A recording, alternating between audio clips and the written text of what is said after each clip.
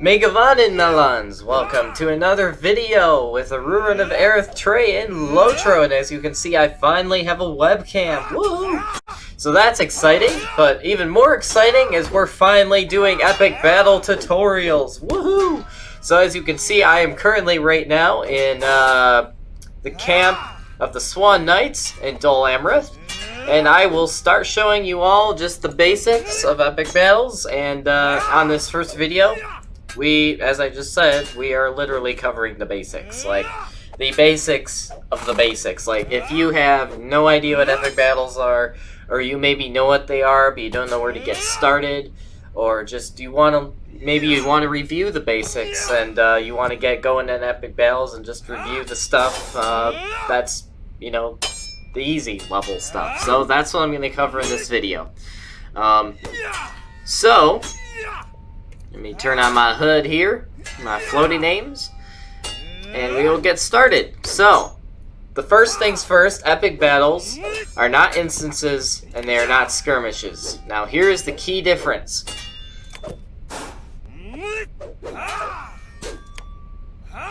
So here's the key difference.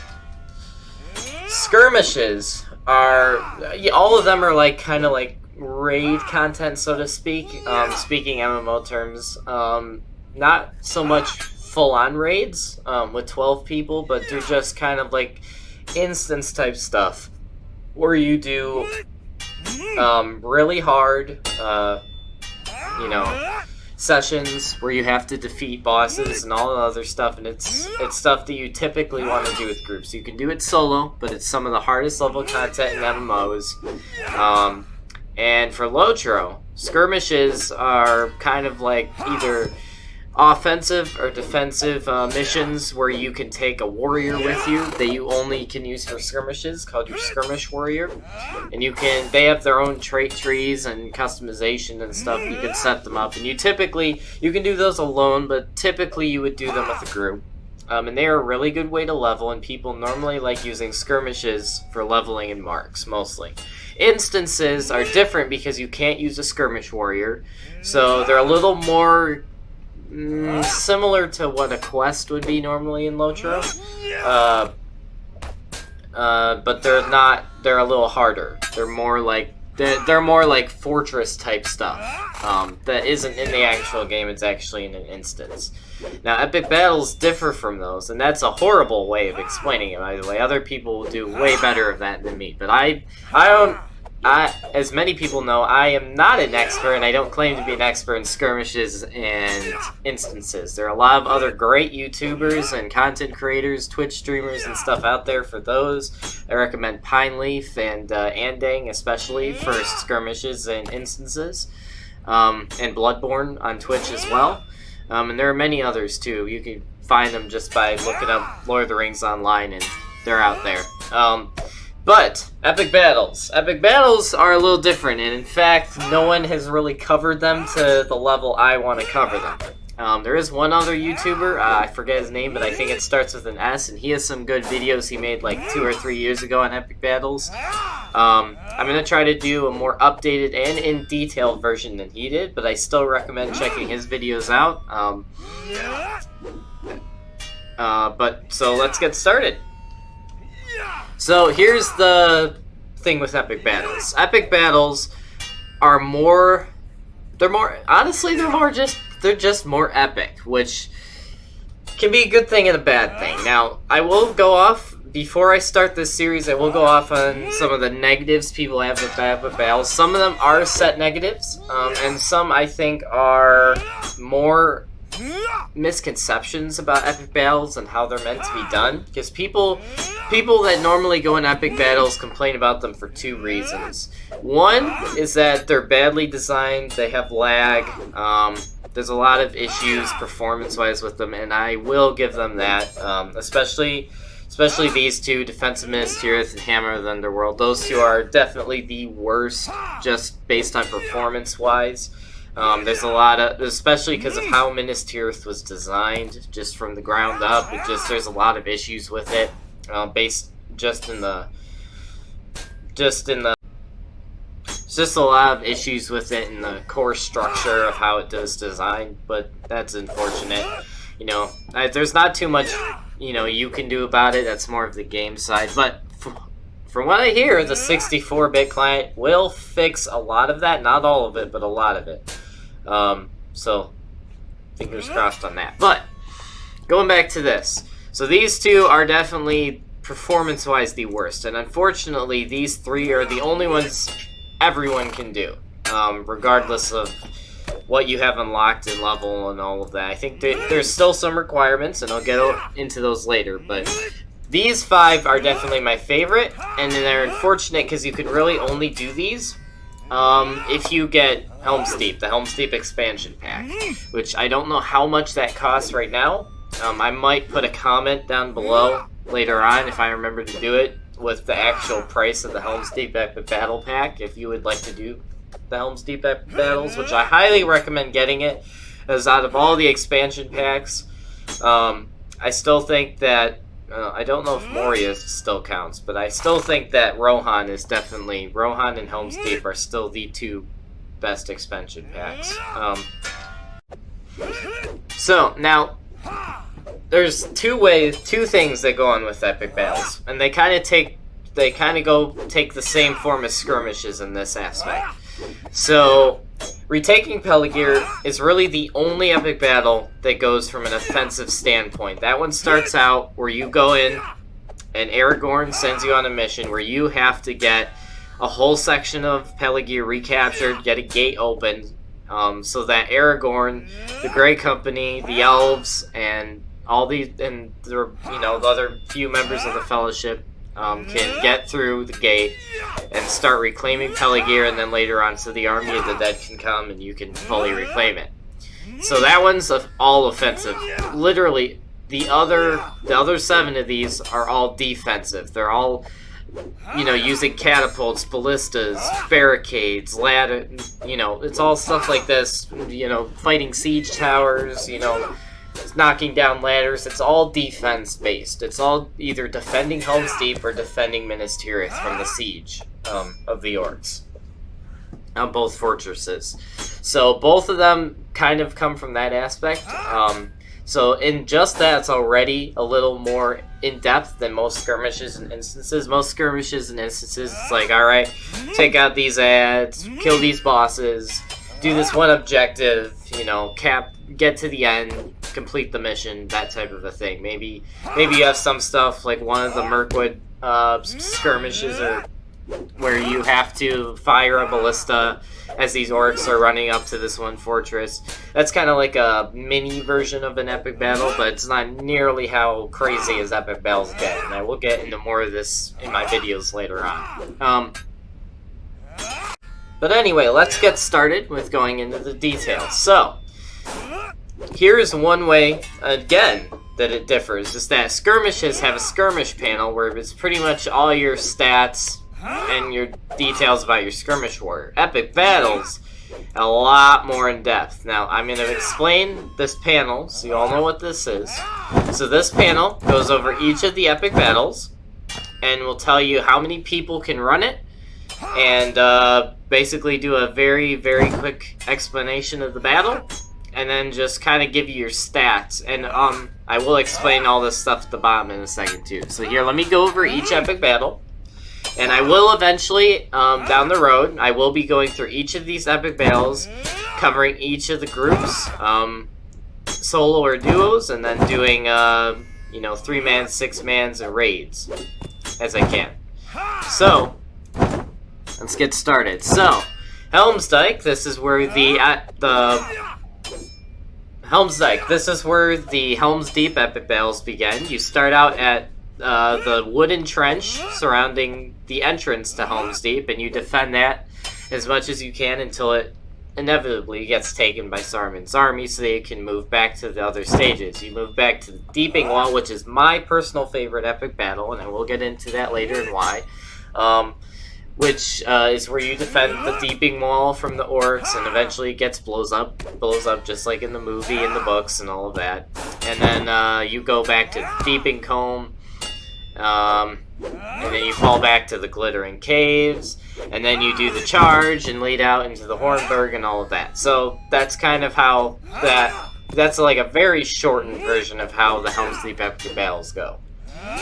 From there, you then go to the ones that everyone can do, which are the Gondorian ones. Retaking Peligir, as I said, is all objective based, it's all offensive. It's pretty much just helping Aragorn and his host and the army of the dead reclaim Peligir so they can sail and help the Battle of Minas Tirith, which is where these come in. Defense of Minas Tirith, defending the higher levels of the city from the orcs, the siege towers, the Nazgul, and then part 3, Hammer of the Underworld, defending the gate, you know, fighting Grond, fighting the orcs down there. Basically, that's a rough version of that. And that is your epic battles. Now, you may be wondering, what is this weird looking thing down here at the bottom of the screen? Now, in every epic battle, you have stages of rewards based on how you and or your team do in the epic battle. You start out with bronze. Bronze is like if you either don't participate or you participate and do a very bad job, or you know, just get really unlucky and everything goes wrong. That's like a bronze reward. That's like, all right, here you go. Here's your reward for trying, or, you know, not trying, if that's the case. And then you have silver rewards, which are like, you know, you did okay type of a thing. It's like medium rewards. Gold is like, good job. And then platinum is like, oh yeah, you did this like the best you could possibly do it. There's no way to do it better. And each set of rewards gives you a different tier of rewards. Like bronze will give you maybe a low level ring, maybe just a little bit of stars of merit. As you go up, you'll get better gear, better rewards, more stars of merit, up to platinum, where it's just like an overload of some of the best jewelry you can get in the game and just an overload of stars of merit. So, and then once you get farther on and you get more practice with epic battles, then you can progress it even further by clicking these arrows. Now, what these arrows do, and I actually had someone in my gaming guild tell me this, if you turn these arrows on,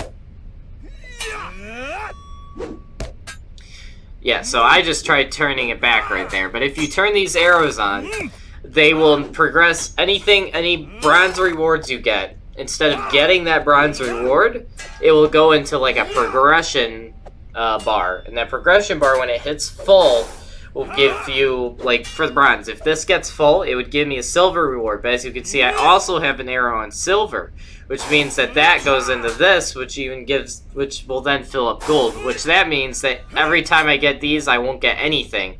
Eventually, though, I'll get an overflow of both of these that will give me a random gold reward. So it just kind of goes like that, and that's something you want to do at a higher level. When you start on Epic Battles, I wouldn't do that yet, because you're going to get just so many bronze and silvers that, well, actually no, if you start at the beginning, at first few epic battles, you won't get anything, because you'll be getting a lot of bronze and silvers at the beginning, and if you're just filling up your bar. I mean, if you want to save it, you can do that, but I'd recommend not doing that until you get good at epic battles, or actually getting golds and platinums anyways, because then if you accidentally get a bronze or a silver, it's like, whatever. So that's what goes on with the rewards thing. Now, I'm going to skip over that because that's the trait trees, and for the promotion points and all that gets in depth. So I'll skip over that for now. We'll go back to it. Now, battle history. Battle history. Battle history. Now, this shows you every epic battle has random side objectives that will pop up, kind of like side missions. And these random missions will have different objectives that you and a few of your teammates can go and do while the rest of your teammates continue on the main mission. Each of these has a specific thing that will happen. And as you can see, I actually surprisingly haven't done one of these for the Deeping Wall of all things. I thought I've done this one before. Maybe not. I just might never got a reward. But as you can see, I mostly have platinums on everything now. I have a few silvers and a few golds, but I mostly have platinums. Each of these are the things you get rewards on. And you also get one for the whole instance as a whole. And I will say, just so everyone knows this, Epic Battles, the side quests are some of the best things in instances reward-wise. XP-wise, they're not as good, but they do contribute to that end bar. That at the end of an epic battle, that bar will give you XP based on how much you contributed to the epic battle. And they do very much contribute to that. So I guess in a sense they do contribute to the XP. They aren't really connected to it too much. They just kind of contribute to it.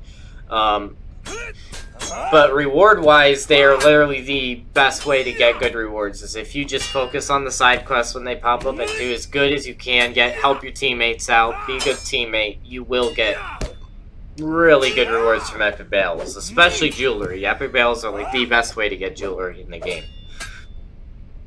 Like, so you can see on this one, I actually have all platinums on Homestake Solo. I got all platinums on that one.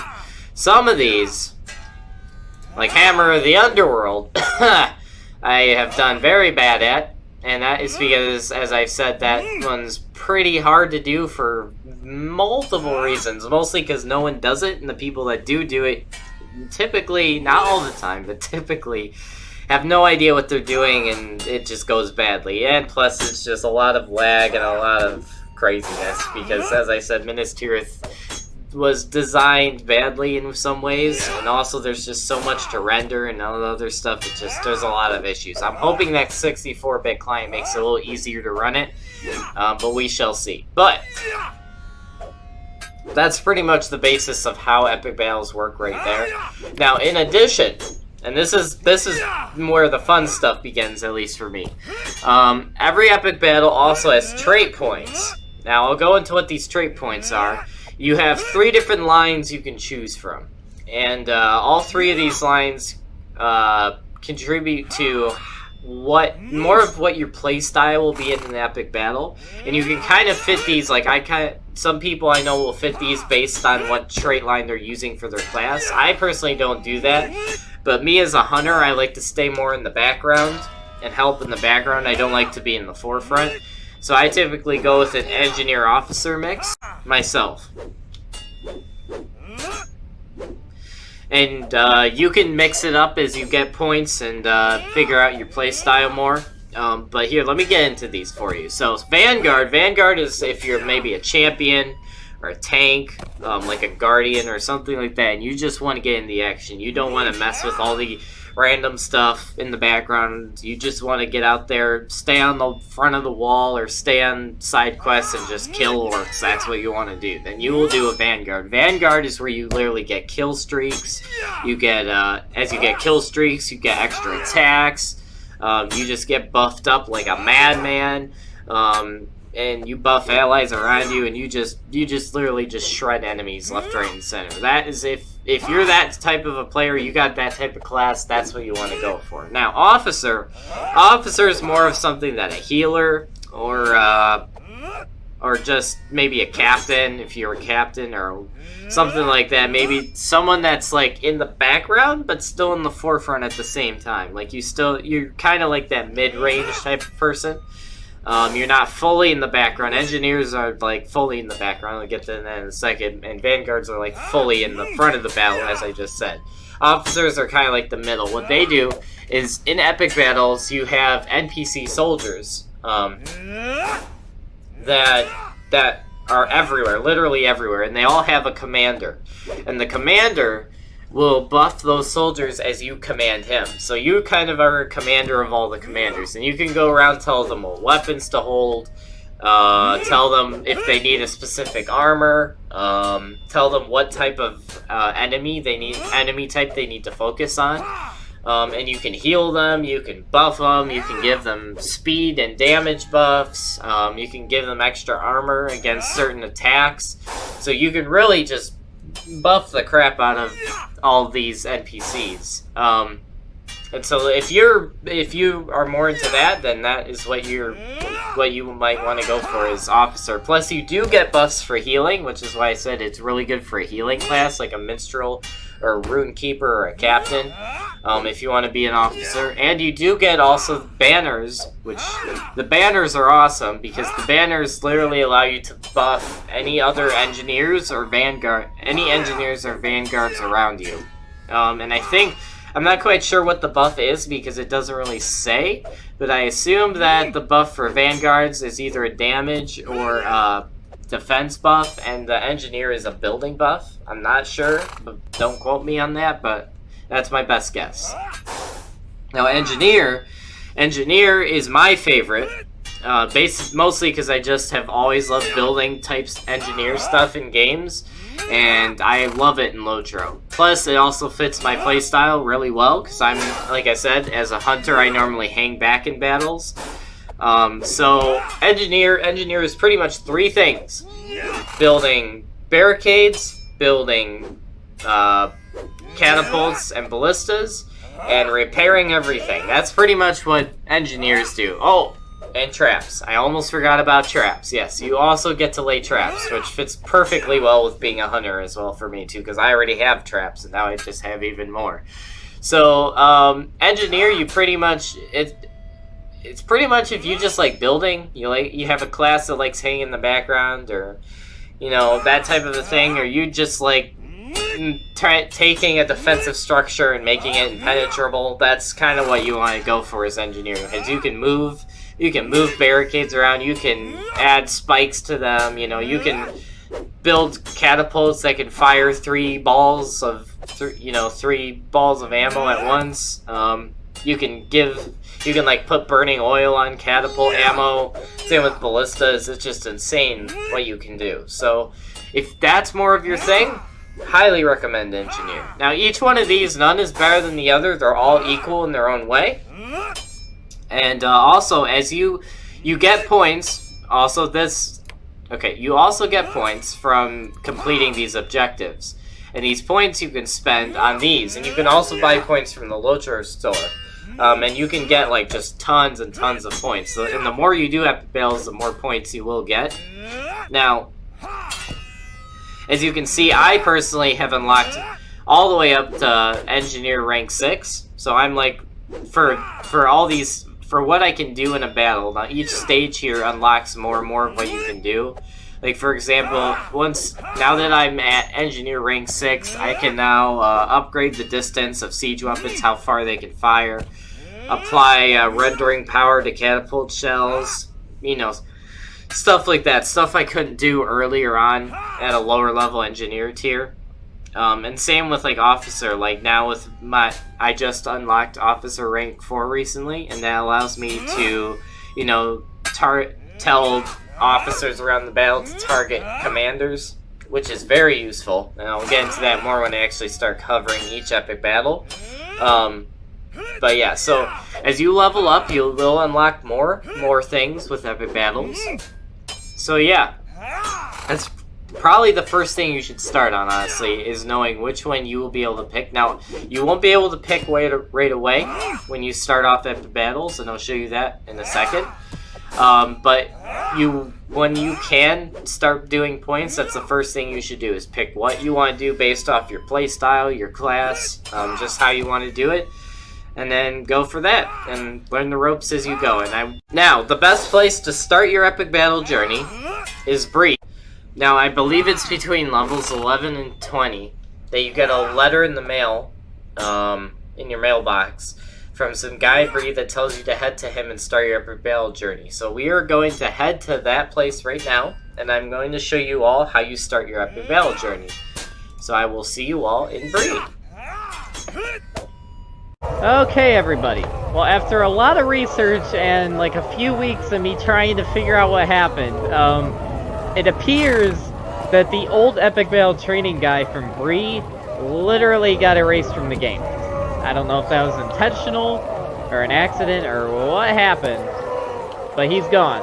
However, I found out that for all of you that have either played through the game already or have yet to play through Helm's Deep, you can now do the Epic Battle training by going to, I think this is, hold on. I just want to make sure I'm right here for you all. I think you have to go to After Midnight, right? Am I right? Yes, Helm's Deep After Midnight, and then you talk to Gambling, and he has the quest. So, keep that in mind. If you want to do the Epic Battle basic training, you gotta wait till Helm's Deep, unfortunately, and then you gotta get to After Midnight, the After Midnight stage, and talk to Gambling. Fortunately, that's how it is. I don't know why they did that, but that's standing stone, I guess. So, but we're gonna run it. I'm gonna give you guys the run through, and we can go over all the crazy fun about Epic Battles. So here we go. All right, so as I said before, you have different trait lines that you can run with your Epic Battle promotion points. And right now I am currently running an almost fully maxed out engineer with a few points in officer. But like I said, if you feel like you're more, if your class and your gameplay is more attuned to close combat, definitely go with Vanguard. If you have more of a, healer, support class, then maybe officer. And engineer is really an all-around class. Anyone can do engineer, really, no matter what your class or play style. Well, I guess play style matters because it's all like building and designing and placing stuff. So it's like, I mean, if you're a fan of like games like survival games, like ones where you can build shelters like Ark or something, or if you're a fan of like Lego games, that's you're gonna be a fan of engineer. So, but anyway, let's get this started and do the walkthrough here. All right, so. As you go through this, you get a lot of points on how you can do epic battles. So I'm just gonna read these off to you, like I'm just questing through a quest on a gameplay series, and I will try to drop some tips here and there. And then if you have any more questions, you can write them in the comments down below. All right, let's get started. So I'm talking to Aragorn here. Saruman's armies will soon be here, Arurin, and I fear that my companions do not know what to expect. An epic battle is not like the engagements we have faced to this point, and I want to ensure that our friends are ready. This valley will soon be filled with Saruman's armies. We must prepare for battle. I have fought in many wars, Aragorn, but I know what is to be done. This will be different, Gimli. This is no small engagement. In the battle to come, the forces of Saruman will care little for individual heroes. They seek nothing less than the total destruction of Rohan, man, woman, and child. You are saying they will pay me no heed? That I will make them suffer for their oversight. I know you will, my friend, but what are the actions of a single man or elf or dwarf? Our foes number in the thousands. That's my best Legolas voice. Ah, of course, my axe can reach only so many. That is why we must also instruct the men of Rohan how best to fight during each battle. Commander! Yes, Aragorn. During the tumult of battle, we cannot speak to every man individually. Instead, we will suggest tactical approaches to commanders such as you. Now, this is where the officer comes in. Right here. Then you will relay them to the men under your command. Yes, so you have, like I said, you have commanders all over the battleground that you talk to, and they have soldiers around them that they command. And you give them commands such as heal, haste, which speeds up their attacks and their movement, damage, and armor. And then they also have special armors you can unlock at higher officer levels, which are protecting them against siege weaponry and armor volleys. Now, another thing too is as you level up with officer, you get different target priorities. Now, there's different enemies that come into the battlefield. You have just the general enemies, which I guess are warriors. Yeah, so warriors are like the default enemy, and they're the ones that are probably the most numerous. Then you have archers, which are they're kind of baseline enemies too, but they're they're just ranged instead of close combat. And then you have the specials. The sappers are the one that I always recommend. Focus on the sappers! Because the sappers are the ones that destroy everything. They will plant bombs, little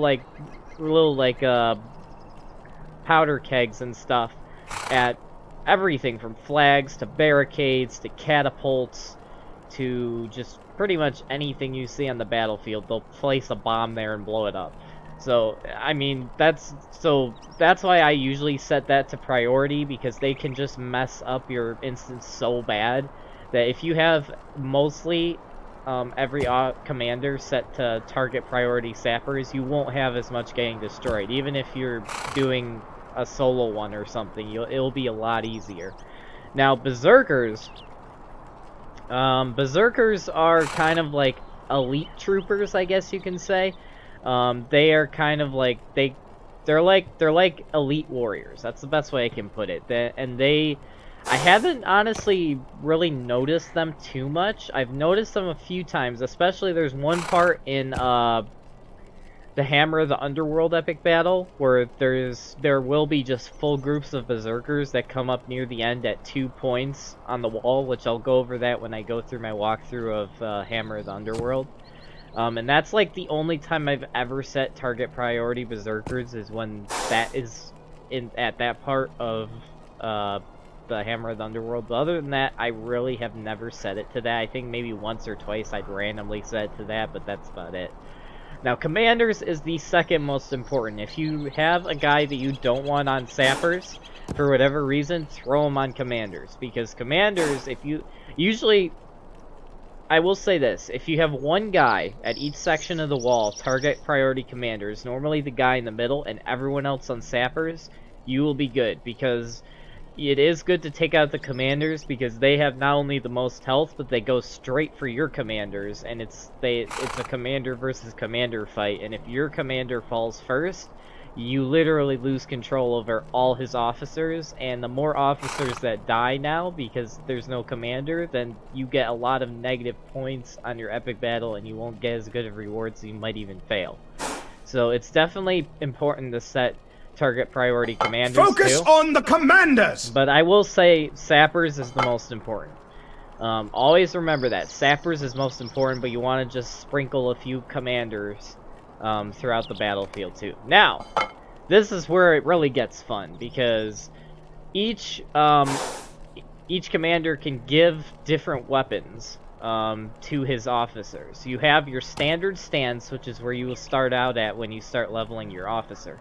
But then you also have your shield stance. Now this is if you have, usually what I do is this is usually for side quests. If you have like a small group, like one commander and like 2 officers, or like a bunch of officers and a commander scattered throughout a huge region, and you have a lot of orcs coming in that area, and it's really hard for them to survive, you want to throw them on shield, because that will help keep them alive. They won't do as much damage as they will with the other 2, but they'll stay alive. It's very survival focused, and it's enough that they can at least keep the enemy distracted, so you can run around and complete the quest and try to pick enemies off their backs. So that I normally will throw on, like I said, for side quests. I usually don't put that on the wall, though. I've seen people do that on the wall, and that just ends badly. Do not ever do that on the walls in Minas Tirith or Helm's Deep. Don't do that. But side quests, that can be good for. Also defending catapults, that can be good for that too, or like ballistas or stuff. Now, two-handed... Cut them down! Two-handed is the best way to go, because even though it decreases their survivability, they will kill enemies before they take damage.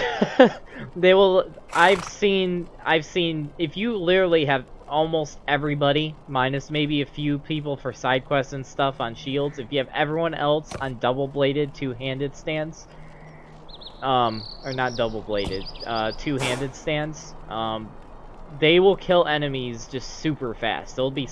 It's like 2 or 3 hits maybe to kill in most of the enemies, and most of the warriors and archers get one-hitted by your officers. So that's the best way to go. So this right Goblins here are the priority! is the best combo. That is the best combo. Target priority sappers and two-handed stands. Sometimes you will want to throw commanders on for target, and sometimes you will want to throw shields on based on the situation, but most of the time go with sappers and two-handed stance when you level up your officer. And then you always want to run around and check everyone's health too, especially the commanders, but everyone else too, and just make sure they're healed. Bolster your resolve! And then other than their health, like if you see there's a lot of enemies, or you're trying to defend a control point, or a catapult, or something the sappers or whatever are trying to destroy, you might want to throw haste Pick up the damage. pace! Stand fast and hold your ground! So that's pretty much officers right there. Now you will have, sometimes you'll have to use this too, and this is usually, you might be clicked on a commander, and then all of a sudden you'll see this one light up, and you're like, well, what's this mean? This is remove corruption. Now what remove corruption does is it removes debuffs. It's pretty much like a debuff removal for all your guys. So you would click this, like say a commander gets poisoned, or you have a fear effect on them, or dread, or something like that. You can do remove corruption, and it most of the time it should remove the effect. And that's about it for officer. Now you will have they don't let me show you in the basic training, but the officer has two other things he can do too. He can target certain enemies, and you'll have like a button right here in the middle of your screen, and you can click it and target specific enemies, and it will put a debuff on that enemy, and also tell all of the officers under that commander that you're currently commanding to go attack that enemy. So that one's really useful, especially if you have like a boss come over a wall or come charging at you or something. And then you also have your flags, and your flags buff, they don't buff officers, they're not personal buffs, they're for your team, and they can be used to either buff engineers with their building and their structure health, and their speed, for using that structure, or they can buff vanguards for damage and armor and protection. And that's about it. Yep. And here is the game's review of Officer. By selecting the commander will highlight all of the soldiers under his command. During battle, by speaking with someone awaiting orders like a commander, you can change the tactics of a group of soldiers. Some options are available at the onset, such as healing the soldiers over time and increasing their damage output. Other options become available by spending points in the officer battle roll. I will convey your orders to the men under my command. We will do as you say during battle. We have fought large numbers of enemies before, but never so many foes as this. There will simply be too many enemies for one hero to dispatch alone. We must use other methods against them if we are to survive. We will not fight the Uruks down here unless the battle goes ill. We will try and lessen their numbers from afar, with ranged weapons and siege equipment. Now we're getting to my favorite part. Legolas speaks the truth. Every foe we slay from a distance is one less foe to face up close.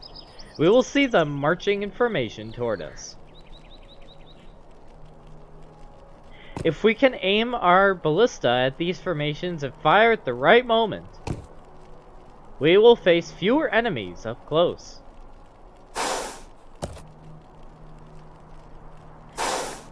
Every one of those marching foes will scale our walls? We should lessen their numbers if we can.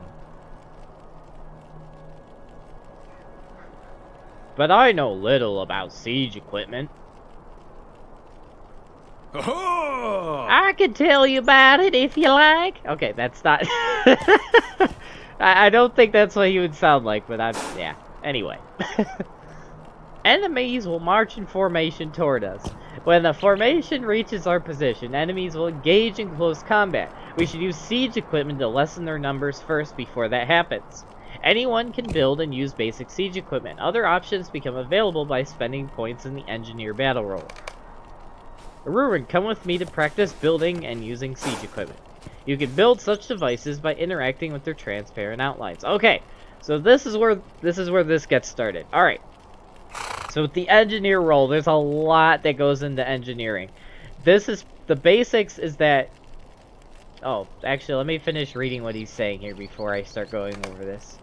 Every time the progress circle fills up, the device moves closer to completion. Once the device is built, you can interact with it to aim it, load it, and fire it. Try it now if you like. Alright. So, this is how engineer works.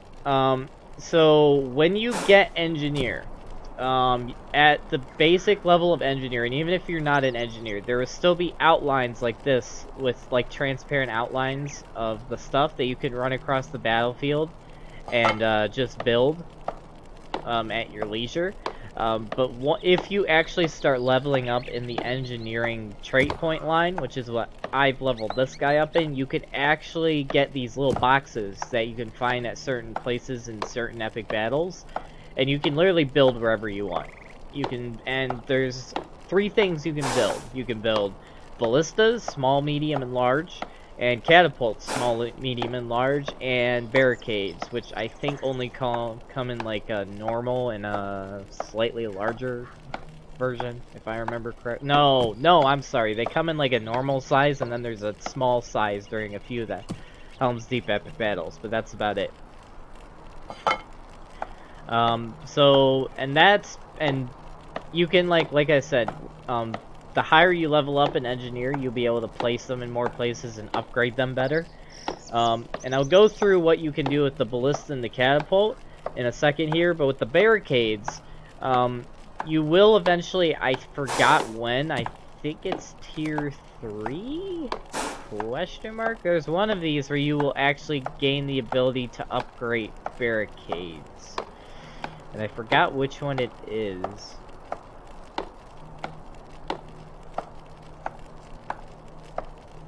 Okay, that's where you can...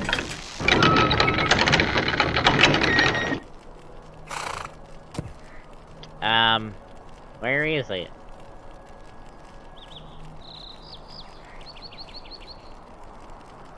Alright, I don't know when you unlock it. It's one of these, but you do eventually unlock the ability to add like spikes and extra armor to barricades, which can be very useful because then you don't just slow enemies down when they try to come through the barricades. You actually do like damage over time on them, which is really nice. So now I will go over the 2 weapons. So the ballista I'll go over first because it's simpler. Now, when you level up with engineer, you get these. These are all different upgrades you can do. You have speed, which I normally prioritize speed. Because even though it won't buff the damage or the armor of the ballista, it allows you to fire faster and use it faster. Which can be very useful, especially if your team gets the epic battle started right away. You want to get everything going speed-wise, so you can actually get a high score in the epic battle. So I always, when I'm upgrading weapons, I always go speed first. Then I'll usually throw damage on second, because that's the second most important, so you can actually deal double damage.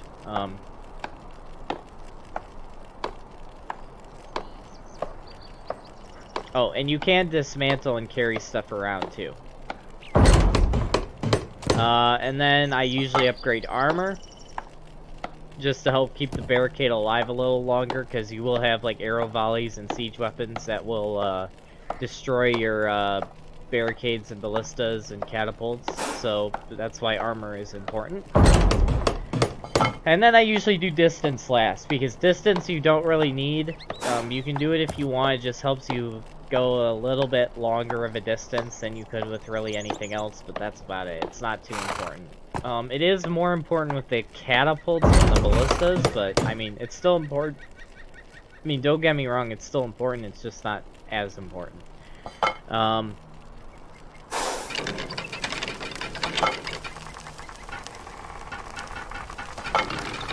So, and then like with the ballistas, you can load your weapon and then you can aim it. Like right now I'm aiming it real high. Like I actually can't see where I'm aiming it. Oh. Ha! That didn't go very far. Alright. So now that this is pretty much fully upgraded, I'm gonna see how far I can shoot this, mostly just for fun.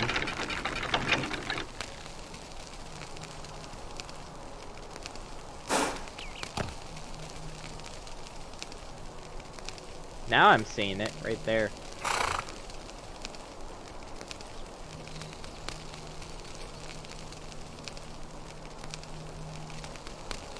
There we go. And now I will aim.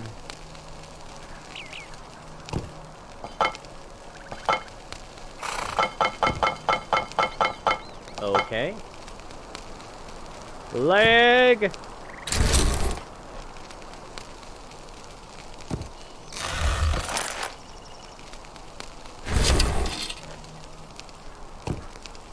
Now, if I had use of my secondary ability, oh, why did I think of that? You do have secondary abilities like you have for the officer with his flags and his target thing. You also have traps for an engineer, where you can lay traps in the battlefield, like tripwire. There's a bleed effect one, I forgot the name, and then bear trap, which is a mass damage, and you can just place those around and enemies will walk into them and get damaged in some way. Alright, and that's how ballista works.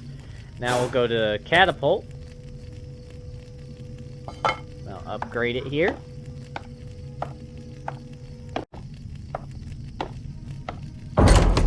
There we go. Alright.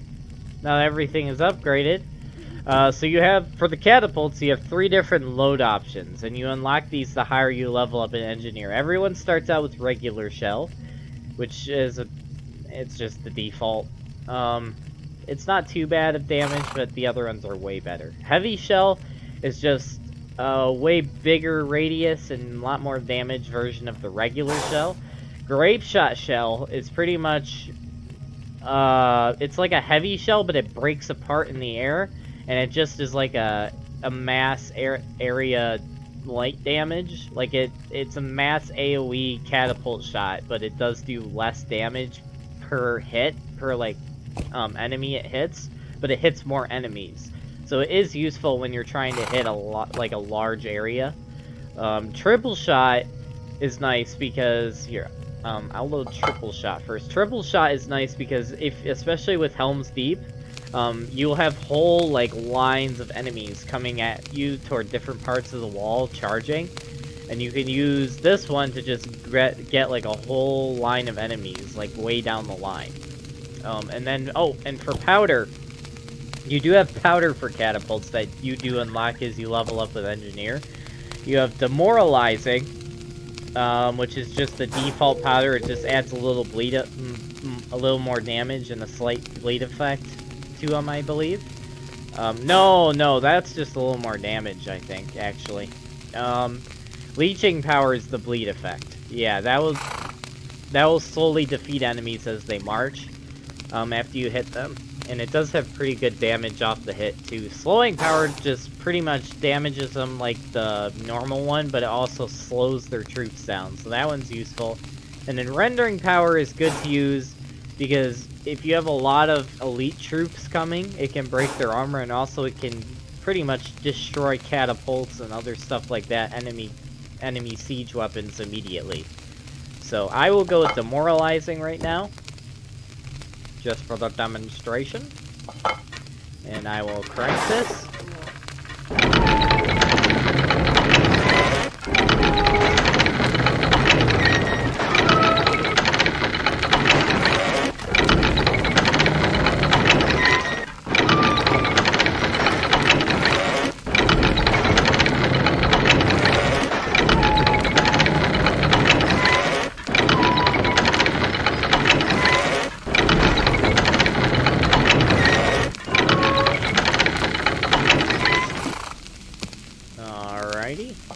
Let's aim this a little left.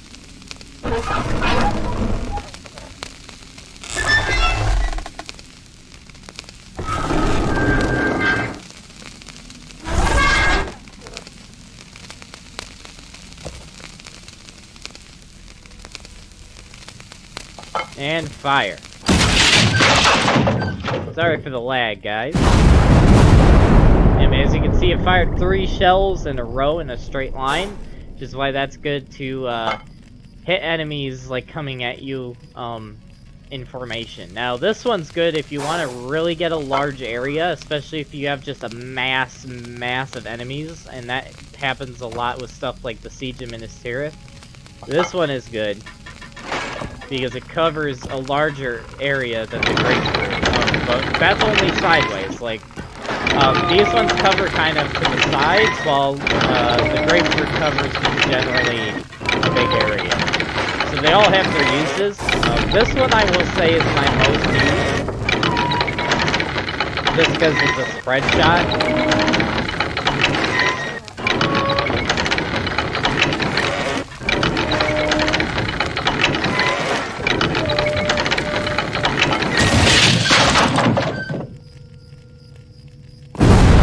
Like that. And I will show you the grapefruit here.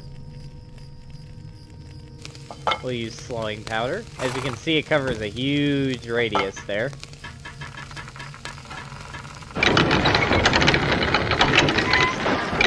Hey look, a flying tree! Didn't know trees could fly, but that one's flying. Only in Middle Earth can a tree fly in the sky.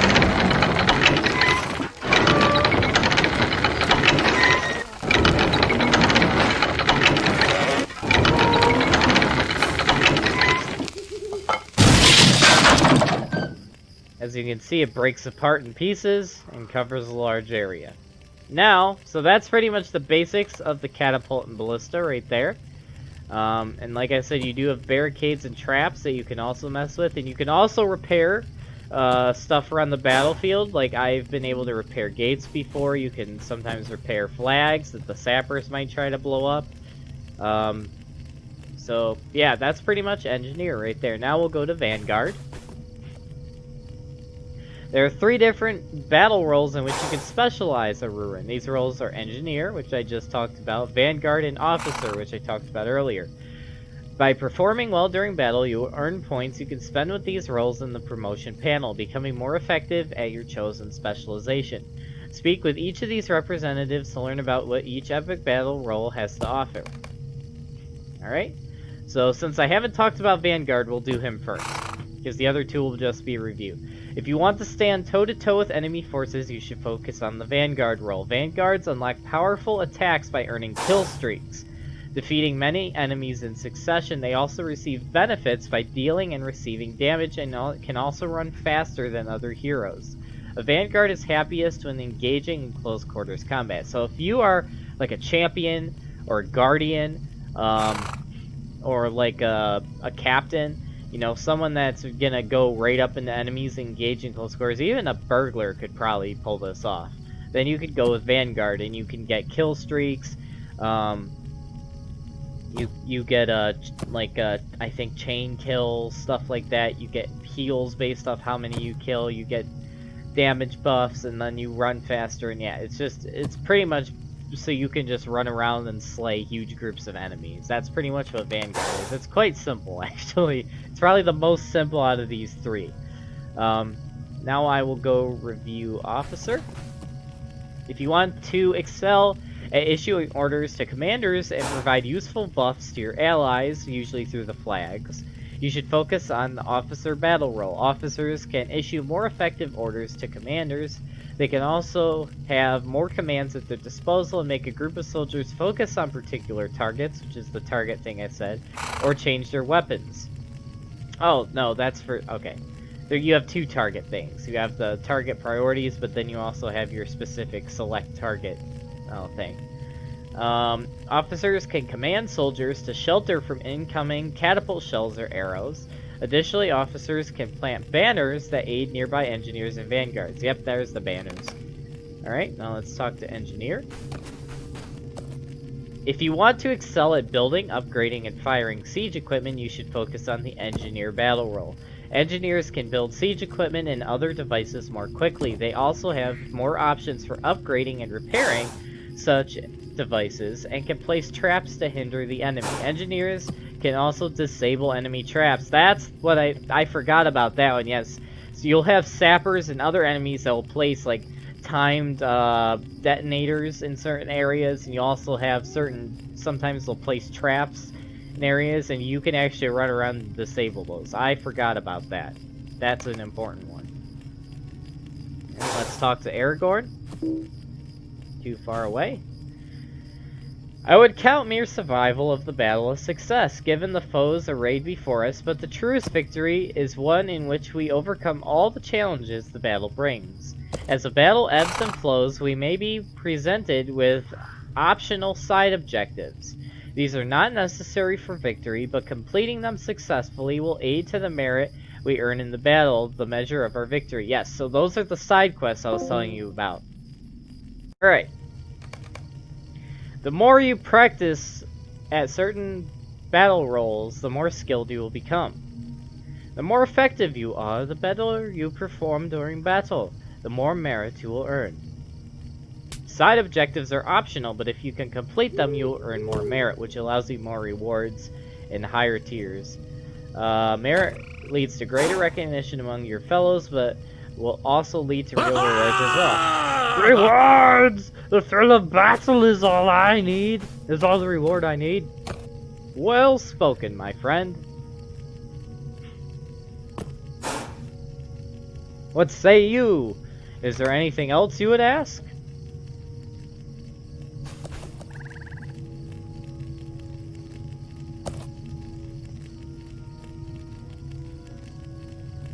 I think this is just kind of like a review of what they've all already said.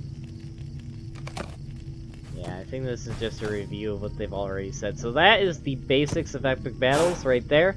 Now I will go, next time I will start covering the solo walkthroughs of each epic battle, starting with Helm's Deep and then going through Minas Tirith, and then after that we will start covering group walkthroughs of how to complete every epic battle, and I will give you in detailed tips and tricks on how to get the best rewards for each epic battle and each side quest based on solo or group.